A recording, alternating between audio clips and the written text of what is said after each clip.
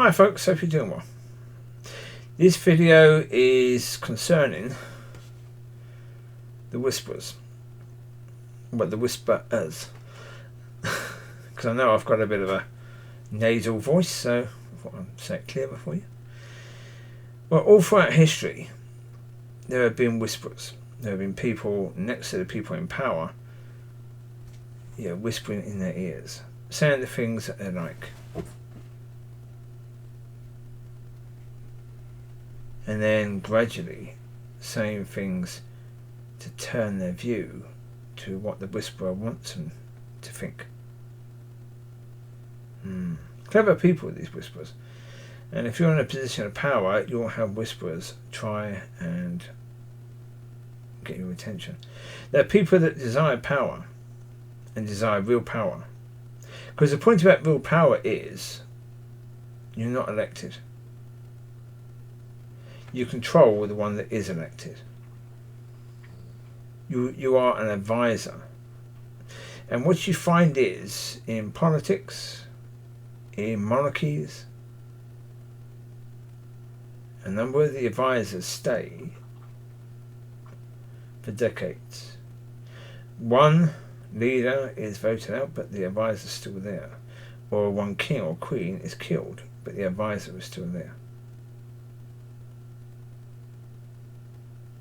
Counted as a wise advisor, and the next king or queen doesn't kill off the advisor. They kill off a lot of the power people from the previous, of course they do, but they keep the advisor because the advisor knows how to be in power but also to look as if they don't want power. So they're clever, they're highly deceitful, highly dishonest. But, throughout history, these people have, had the ear of the people in charge. And if you're in church, you'll have the same. You will have the same. You'll have these sort of people, being advisors to the pastor, the teacher. You have it in the Catholic Church, of course. The Pope has advisors. And these advisors are very, very clever at turning the Pope's head towards what they want him to look at. Oh yeah. But it's like another way of control. It used to be, you would lend someone money.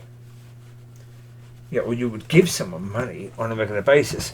And you would actually encourage them to do whatever they want to do with the money. Right? Because you're just giving them money. You want them to be a friend. But then after a while, you start asking them to do things that you want, but they don't.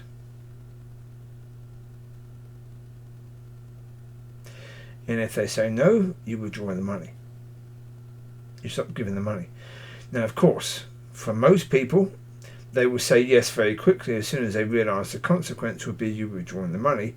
Because if you're an incredibly wealthy person and you're blessing that person with a ton of money, they get used to having that money. They get used to what that money can buy them, the power that it can buy them, the pleasures that it can buy them.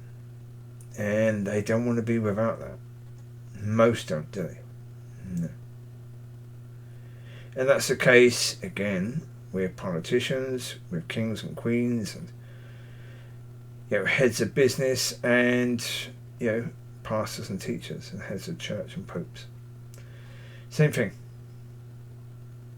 It's a tactic used all through because, again, it's about greed, but it's about knowing, because that's the point, isn't it? In films they say everyone has a price. Well, the point of it is not everyone has a price, but most do. And how did they learn that? How did that become a phrase? Because they understood, they tested it. It was tested. And certainly the high majority of people have a price. For some people, the price isn't very high at all. But they're not the ones in power. The ones in positions of power, be it monarchies or politicians or pastors, teachers, or those in business, or in the media. Yeah, the head of media certainly. Yeah.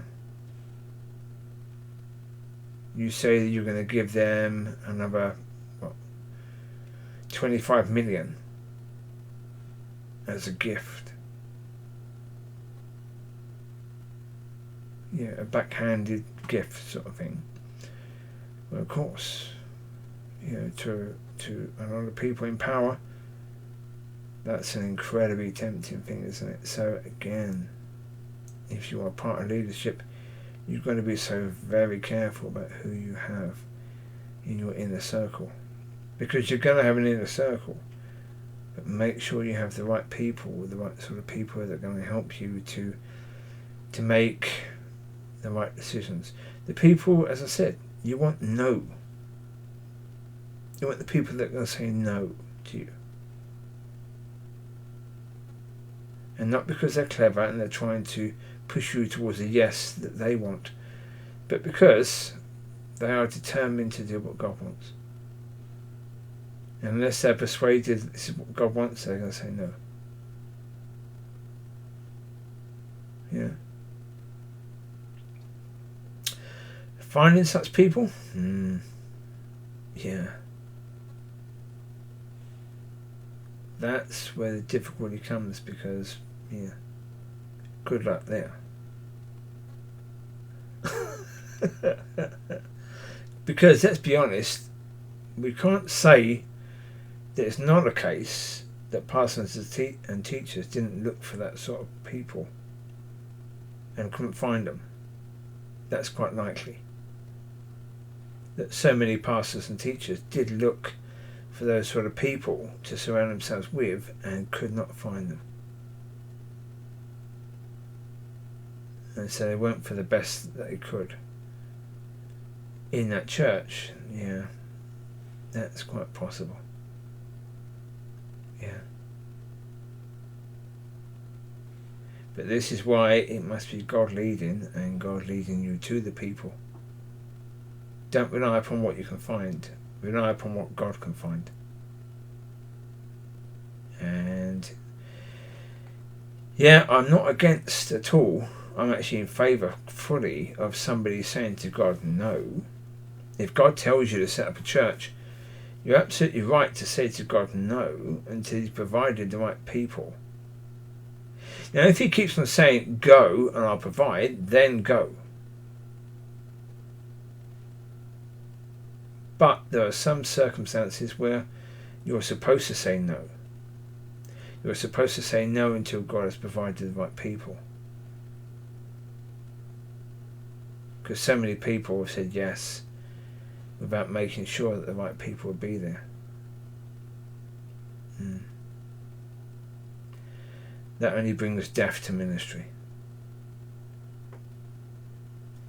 You want people who are going to be making sure that life is what is bought. And those people are difficult. They can be very difficult. But that's okay. No worries, it is what it is.